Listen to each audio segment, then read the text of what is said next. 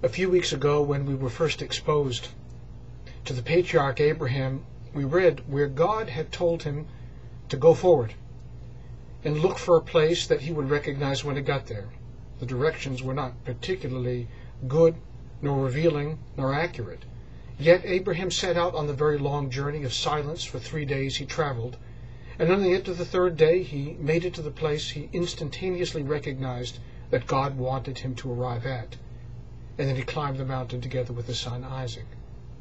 How did he know the place? God did not reveal him any particular aspects of it that would immediately become evident to him. Didn't tell him about rocks or how many miles he needed to walk in order to get there.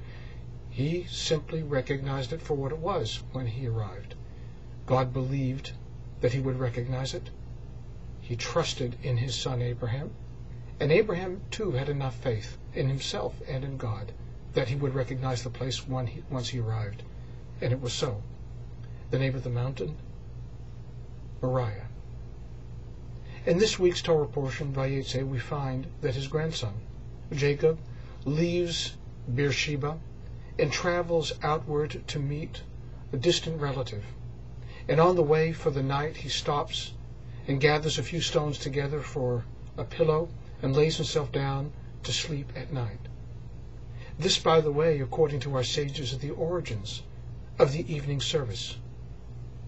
Jacob, the originator of this service that takes place just after dusk.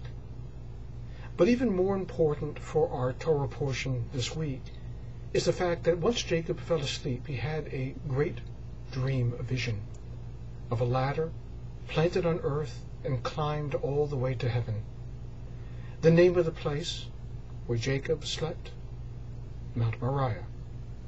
And the same place, in many centuries yet to come, would become the same spot that David and his son recognized as the necessary spot to build the holy temple, Mount Moriah, at the top of Jerusalem. What made this place so conspicuous, so evident to them that they knew it was holy? Abraham, Jacob, and later Solomon. What was it about the place that they understood? They understood because they had their vision unimpeded, unjaded by anything that anybody would tell them. Rather, they saw the universe, they saw life, they peered at a vision of God without self-deception or deceit, without expectation, simply looking at the world through a beautiful clear glass that gave them an absolute understanding of where power throbbed beneath the earth.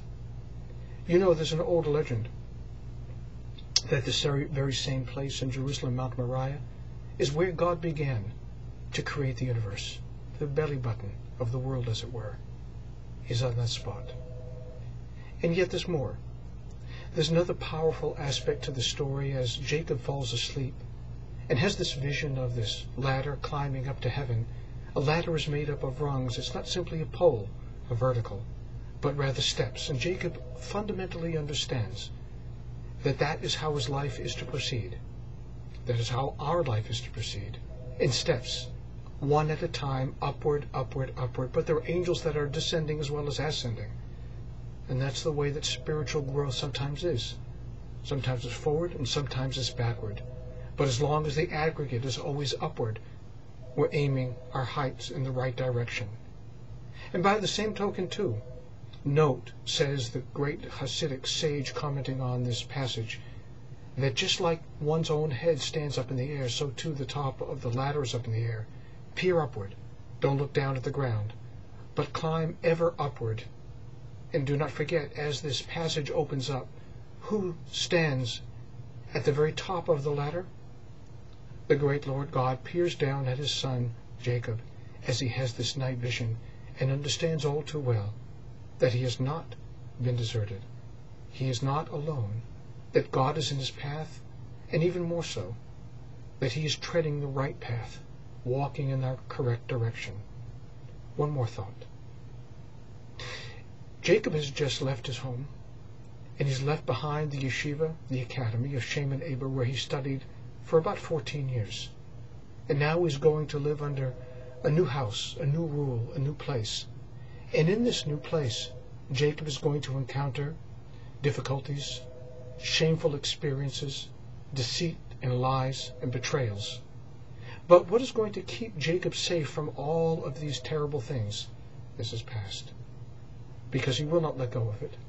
He will use that as a divining rod to make sure that he stays the course, make sure that his head is always turned upward and never downward, making sure that he always knows right from wrong, the difference between good and evil.